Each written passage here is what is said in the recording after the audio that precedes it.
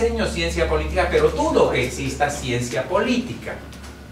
A mí me parece ese un buen deseo de momento. Entiendo que la evolución de eso que se llama ciencia política es todavía demasiado primitiva, rudimentaria. Y uno de los criterios que se tiene para medir la maduración de una ciencia como forma de conocimiento es su lenguaje. Una ciencia más o menos madura tiene un lenguaje propio. La ciencia política parece carecer de uno propio, se anda haciendo préstamos. Digo todo esto para recomendarles, para que pensemos continuamente que el problema de la acción política y la reflexión política es necesario tratar de ser lo más preciso que se pueda. Este poder no puede existir con una sola voluntad. Tiene que haber un dominado que con mayor o menor buena voluntad acepte el dominio, acepte obedecer. No vamos a tener la posibilidad de explorar otros autores, pero aquí estoy yendo a un tema clave. No es un objeto el poder. Y nos educan en ese sentido. La frase tomar el poder nos induce a buscar ¿qué? El arca, la sagrada arca, el cáliz, el santo grial, la espada de Excalibur. No es un objeto. La medalla que utiliza el presidente del Estado plurinacional, su manto, su poncho, su silla, no. Todos esos son elementos con que se representa el poder, pero no son el poder.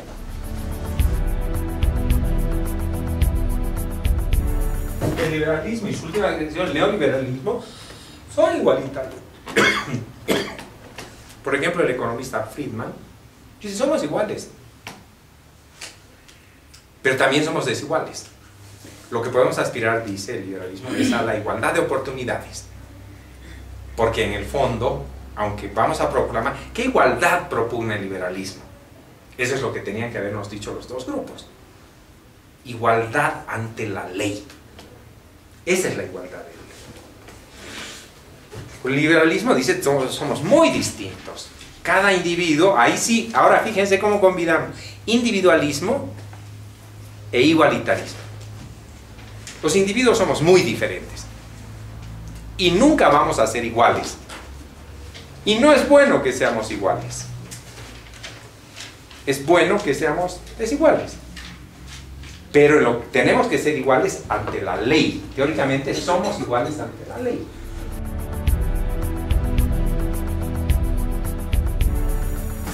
Recordemos que se trata de un invento extremadamente peculiar y comparado con el conjunto de experiencias exótico, ¿sí? Queda circunscrito a una parte de Grecia. Una serie de condiciones. Aparece como una democracia esclavista. Es su principal diferencia. ¿Cómo se llama usted, niña de lentes? Sí, Karina. Esta democracia aparece diferenciada de la actual por su apellido, esclavista. Era una democracia que se aplicaba a un segmento de la sociedad, ¿no es cierto? La gran cantidad de trabajadores de la sociedad griega no participaban de este juego democrático.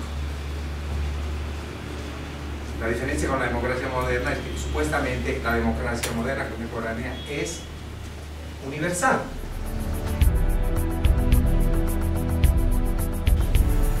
Es un muerto que aparentemente goza de muy buena salud y que en el siglo XX, como les digo, consiguió alinear a gran parte de la humanidad tras la construcción de lo que se pensaba, lo que fue dicho por sus fundadores, el avance de la historia una visión materialista, histórica y científica.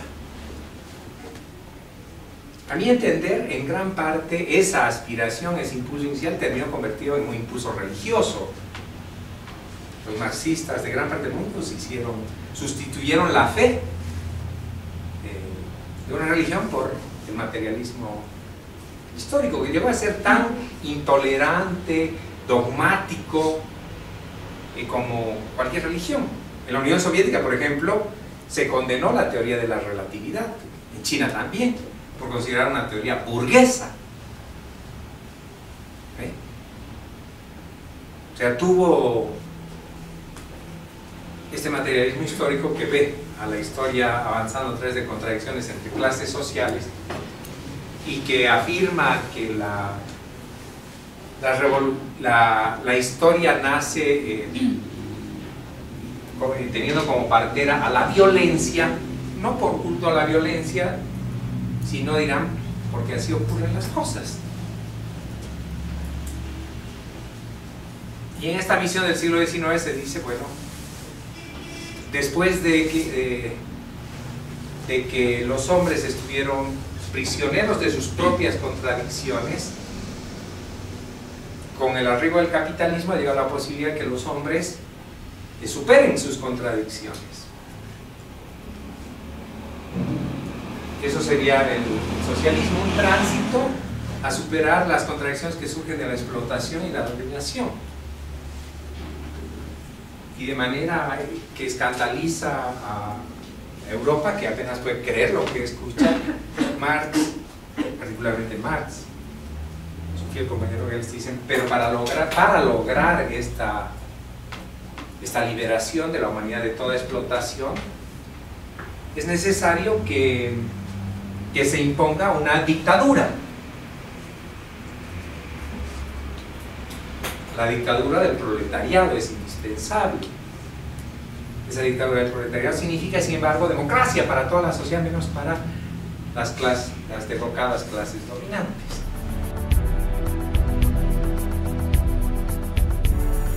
Nacionalismo que, de primer término, nos ilustra respecto a que en Europa, además de las grandes ideologías liberales, socialistas, positivistas, a raíz de las guerras mundiales, principalmente estoy hablando de influencia de la Primera Guerra Mundial, se fortaleció como origen en pensadores alemanes esta ideología que absolutizaba lo nacional como valor máximo, y se va a nutrir de fuentes hegelianas también este nacionalismo. Pero en la lucha anticolonial, este nacionalismo surgido doctrinariamente en Europa adopta diversos ropajes, más de derecha, más de izquierda. El nacionalismo revolucionario aparece en Bolivia como una mezcla compleja de diversas influencias. Los principales ideólogos del nacionalismo revolucionario tienen origen y formación marxista. Ese es el caso de Carlos Montenegro, definitivamente, de sus intelectuales y poetas como el Chueco Céspedes. Nos va a proponer, al final de cuentas, un frente policlasista con todas sus letras, una alianza de clases. El liberalismo, en definitiva, el más duro, niega las clases. ¿No es cierto? Es decir, todos somos ciudadanos, ¿no? Pero las clases es un accidente, es una cosa económica. No le da la importancia que le da el marxismo. Que el nacionalismo revolucionario. Todavía no estoy hablando del MNR, fíjense. Estoy hablando de la ideología nacionalista revolucionaria, no del partido. Que nos diga el nacionalismo revolucionario que lo más importante que hay que conseguir en Bolivia es una alianza de clases. Nos muestra como diríamos en quechua, este background marxista, ¿no es cierto? Esta inspiración. Primero demarquen, separen ideología de política. Son dos cosas muy diferentes. resumiendo lo que nos acaba de decir el grupo 5, la política se concentra en torno a problemas y a cuestiones referidas a dominación dentro de una sociedad. Y esta es un tipo de práctica relacionada con el ejercicio del poder. La ideología es mucho más amplia que eso y sirve a la política, pero es diferente. La ideología sirve a la política en el sentido que sirve a los sistemas de poder. Pero la ideología, a diferencia de la política, cubre el conjunto de las actividades humanas.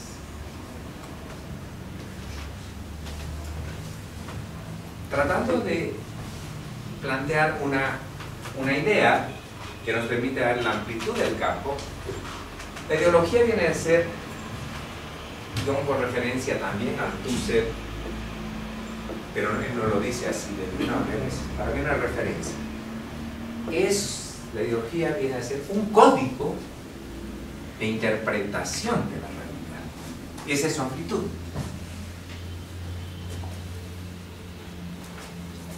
Y engloba todos los elementos que se refieren a ese código.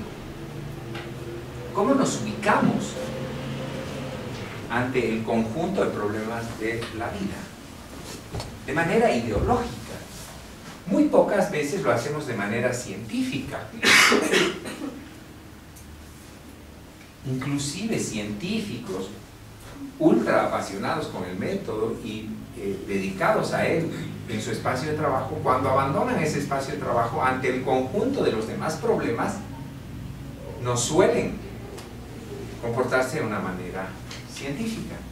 Escogemos a nuestros amigos científicamente, a nuestra pareja.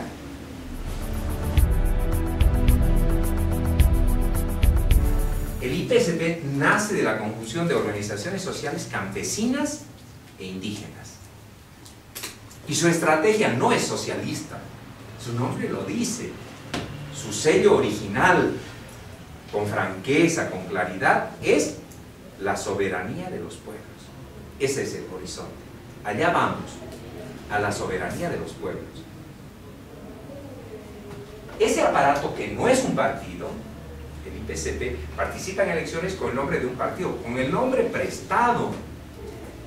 Ocurrió que se llamó MAS. Podía haberse llamado Madera, porque querían presentarse, no tenían personalidad jurídica. ¿Y quién tiene? Ah, el amigo David Áñez. ¿Cómo se llama? MAS. Ah, qué bien, nos gusta, ya, ok, MAS. ¿Eso los vuelve socialistas? El hecho de que el vicepresidente diga que el horizonte socialista comunitario lo convierte en socialista. Lean, por favor, les he mencionado, está en mi bibliografía, una alternativa a la crisis elaborado por el Ministerio de Relaciones Exteriores, no solo por David Choquehuanca, no solo la corriente pachamamista. Este es un libro verde, no es el de Gaddafi, es un libro verde nacional, lo distribuye la Cancillería como literatura del Estado, porque dice Ministerio de Relaciones del Estado Plurinacional. ¿Qué dice ese libro? Palabra oficial del gobierno. Dice, el capitalismo y el socialismo son dos variantes del colonialismo europeo. Nos hacen daño por igual ambas. Dice en la página 12, si no me equivoco, la nacionalización, la recuperación del control de los recursos naturales, el bono dignidad, la renta dignidad, el bono Pasito Pinto, la alfabetización, no sirven para nada, sino que lo importante es la descolonización.